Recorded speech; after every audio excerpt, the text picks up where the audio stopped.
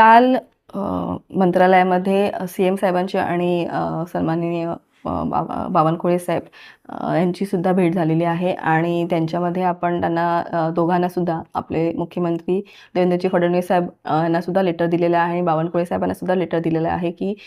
doctor Babasaheb Ambedkar श्रमसाफल्य Awas Yojana जी आहे त्याच्या अंतर्गत आपल्या सफाई कामगारांना घरकुल योजना आहे ती देण्यासाठी त्यांना आपल्या हक्काची घरं मिळावीत ह्यासाठीचं मी पत्र दिलेलं आहे, जेणेकरून आपल्या अंबरनाथमधली जी काही जागा आहेत त्या जागा निश्चित शासनाच्या आहेत, तर त्या शासनाच्या जागा आपल्या नगरपालिकेला मिळाव्यात आणि मग तिथे ते जी योजना आहे श्रमसाफल्य आवास योजना ती तिथे आपण राबवण्यात येईल आणि जेणेकरून आपल्या